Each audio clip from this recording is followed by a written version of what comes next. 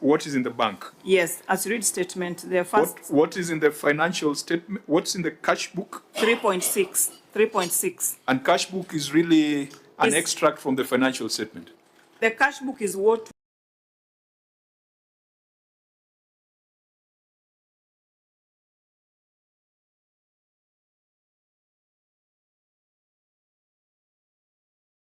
we take with the financial statement. The financial statement. Yes. So what is the effect where there is that variance? And don't talk of reconciliation. What to a layman, did someone steal some money between the cash book and the bank balance? It can lead to that, because this is what we are presenting as having.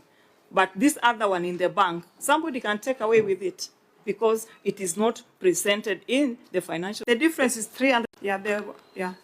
So the difference between cash book and bank balance is 339 million. Okay. Yeah.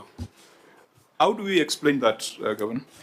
Chair, I think, and I know you don't want us to get into all that nitty-gritty, but I think part of it, as we were saying, is there is more money in the bank because there is some things that we have paid for that have not been cashed. I think in very layman term.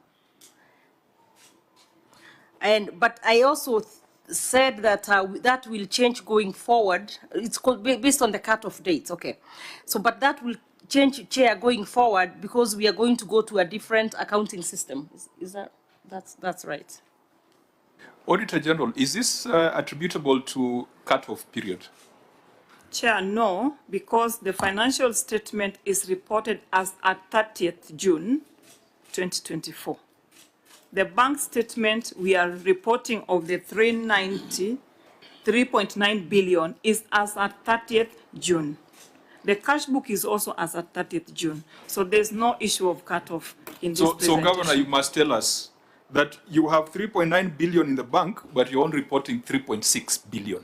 But that is the layman's... Chair, yes. First of all, it is a cut-off because I know sometimes the financial year, yes, closes end of June, but they extend for us a bit, like into July, and I'll have them explain. Because I know as council, sometimes we sit and negotiate with Treasury, and we say, hey, you guys are giving us money, like maybe May and June, it's dumped into our systems a week to the end of the financial year. So we kind of have some negotiations and they extend for us another 3 weeks. So yes, the cutoff was June 30th, but there's still more going on in the back end. But I don't want to misquote it. Can they explain it using an extract from the bank statements? Because that's makwiny.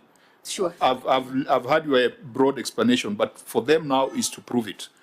But OAG, before then? Chair, in a layman point, if I receive money in my bank and I'm an accountant, why don't I record it in the cash book so that the cash book can reflect what is in the bank if I've not used it?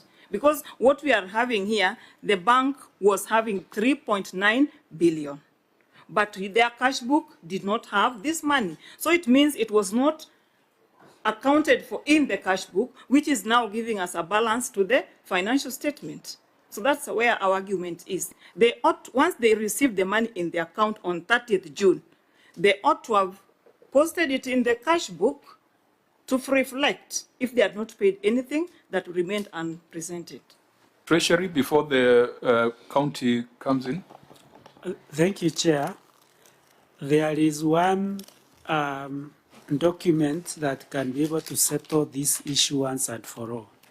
And that one is called a bank reconciliation statement. It should be able to explain all that. What was the opening balance in the cash book and in the bank and how they reconcile. So if that one can be provided, honorable members of this committee, I think this committee will be able to make a determination very easily. Yes, CEC? Yeah. For CEC, there is a statement made by the auditor saying that the difference alludes to the loss of money. Yeah? And I think from the discussion that we are having, and the governor mentioned it, there could be some payment that has not been reflected in the cash book. So is she able to establish that? Because she cannot tell us, I think, like, there is loss of money. She needs